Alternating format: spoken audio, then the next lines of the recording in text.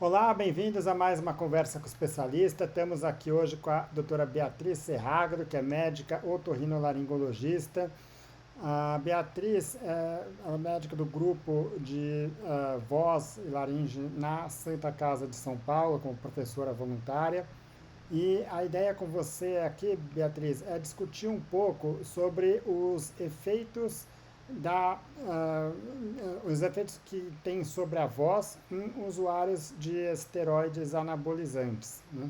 Então, primeiramente, bem-vinda e obrigado pela sua disponibilidade.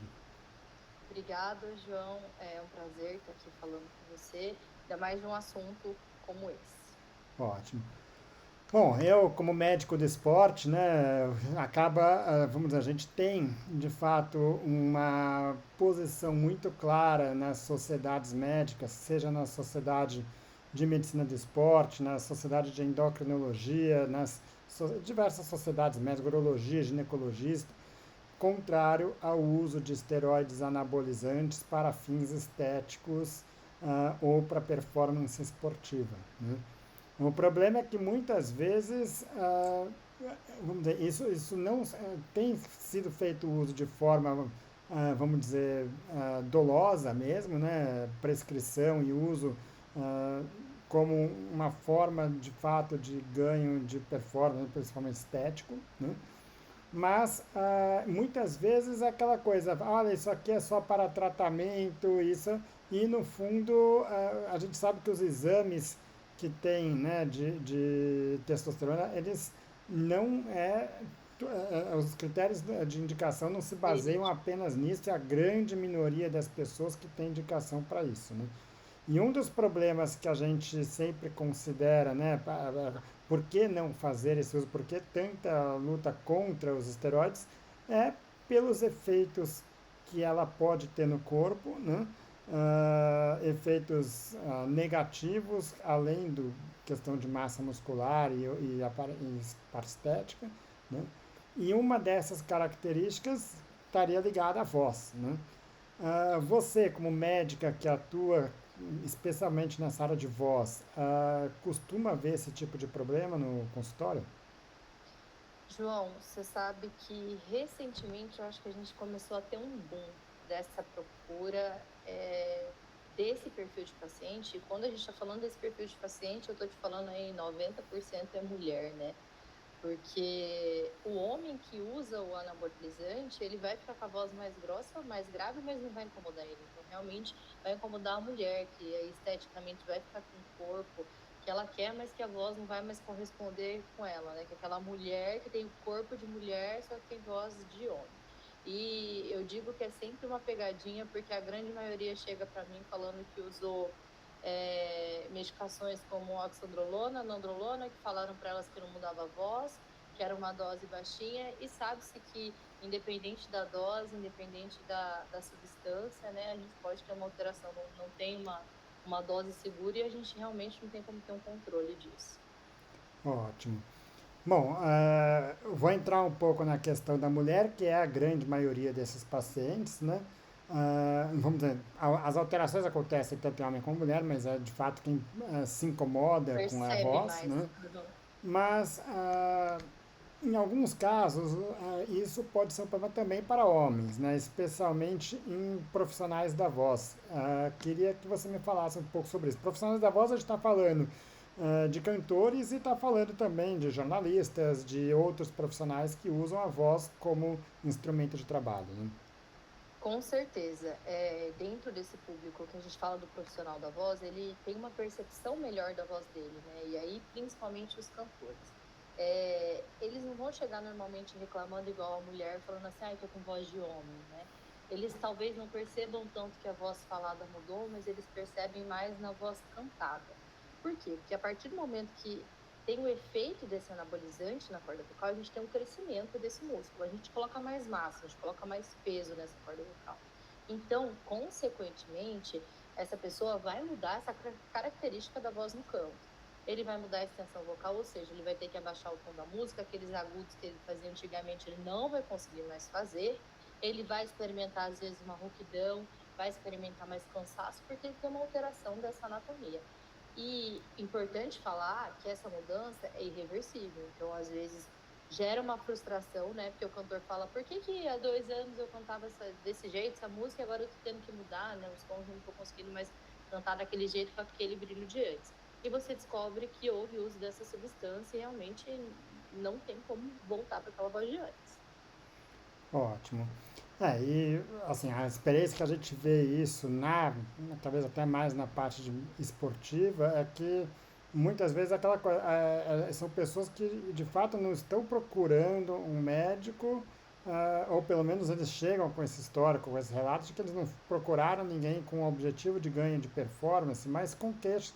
Acho que vale a pena considerar que a testosterona, muitas vezes ela abaixa como hábitos de vida inadequados. Então, a pessoa que é sedentária, que é obesa, que tem, enfim, é fumante, outros estilos de vida, alimentação ruim, a testosterona vai abaixar. E o tratamento aí não é repor testosterona, né? Então, acho que é importante esse seu relato, porque, vamos dizer, aquela coisa, usei pouco por pouco tempo, mas às vezes isso aí é o suficiente, né, para. O pessoal, ele, ultimamente, né, a nossa população, a gente experimenta muito isso no consultório, tem uma urgência por uma pílula mágica, né, por uma mudança definitiva, aí a gente entra nesses anabolizantes, no boom que teve de Ozempic também, e muitas vezes eles começam a fazer uso de um monte de medicação sem ter muita consciência dos efeitos colaterais, fazer uso escondido, sem ter o acompanhamento de um médico, né, e às vezes chega nessa situação que a gente não tem muito o que fazer, né? Só falar que realmente é uma alteração definitiva. Ótimo. E bom, quando a gente vai para o outro lado, no caso de mulheres, você falou do corpo de mulher com voz de homem, mas vale considerar que muitas vezes o corpo também ganha características De muito homem. mais masculinas, né? Uhum. E aí a gente está falando de mulheres cis, né? Mulheres que não têm nenhum sinal de transgeneridade, enfim, de alguma, vamos dizer, mudança de identidade de gênero, mas que fizeram uso por uma questão de performance, de repente se vem com uma voz de homem e às vezes com um corpo também mais masculino. Sim, na área, vamos dizer, que chega no meu consultório, eu vejo muito essa questão da alteração da voz. Existem alguns casos que tem um aumento, né, do pomo de Adão também, que tem essa característica masculina, mas a mulher, além de experimentar uma voz mais grave, mais grossa, né, masculina, às vezes essa voz fica rouca também. Então, são algumas características, e entra nesse caso das mulheres que usaram anabolizante também, o caso das cantoras. Eu acho que talvez para a carreira dela seja mais trágico ainda do que para a carreira do homem, né? Porque além de perder essa característica dessa voz feminina, ainda vai perder esse brilho dessa voz na hora de cantar. Então, tem que ter cuidado com essa população, com certeza. Ótimo. Bom, você já disse que é um tratamento, uma questão irreversível essas mudanças, o efeito da testosterona, né?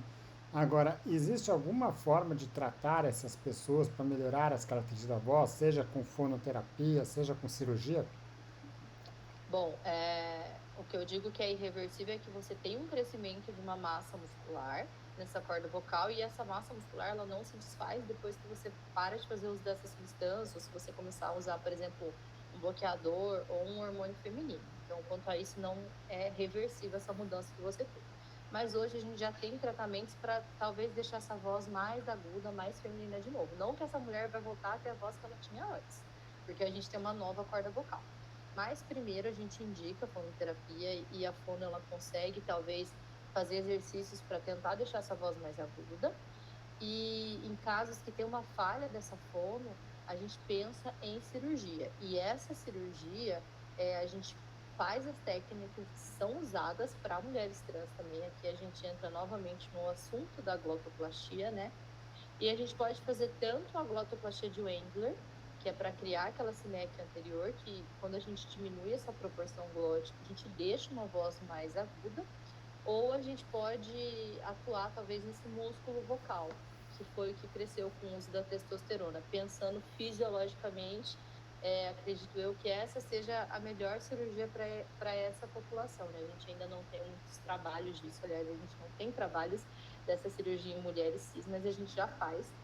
porque segue o mesmo princípio das cirurgias em mulheres trans. Legal. Bom, e só para recordar então, o procedimento, a glotoplastia, ela é feita sem uma incisão, né? Feita através da boca, com um laringoscópio, Laringoscopia, né? isso. E aí, o que é feito? Após a laringoscopia, que é o passo mais difícil, né, para começar a cirurgia, a gente chega nas cordas vocais e a gente acopla o microscópio. Então, é uma microcirurgia de laringe. Depois a gente realiza uma desepitelização. A corda vocal a gente divide em três partes, né, do terço anterior, e a gente vai dar pontinhos aqui nas cordas vocais, 2 ou 3 pontos, com prolene 6,0, extremamente fino, para criar uma sinéquia. Quando eu criar essa sinéquia, eu vou diminuir a proporção glótica. Sabe-se que a mulher, em relação ao homem, ela tem uma proporção glótica menor. E a outra técnica que a gente tem seria a vaporização desse músculo vocal. A gente faz uma incisão lateral em cima dessa prega vocal, que é onde fica a região do músculo, e a gente vai queimar ele com laser, pelo menos em 50% desse músculo. Ótimo.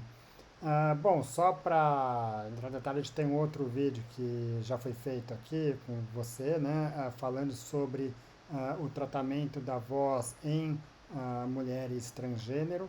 E a ideia aqui é só chamar um pouco a atenção, porque de fato a população onde existem mais estudos, mais evidência, mais conhecimento e mais aplicação. Mas no fundo é um procedimento que acaba sendo muito parecido, né? Porque você está transformando aquela É igual. laringe que ganhou uma característica masculina numa laringe mais feminina, numa corda vocal mais feminina, né? Então, É a mesma técnica, acho que a ideia exatamente. aqui é, por mais que a gente esteja falando aqui de pessoas cis e que tem um engrossamento, uma mudança vocal por outros motivos, acho que é válido quem quiser acompanhar esse outro vídeo, porque no fundo vai entender bem esse procedimento, como é que é como que é o procedimento, a recuperação pós-operatória, resultado, tudo isso que pode ser esperado, né?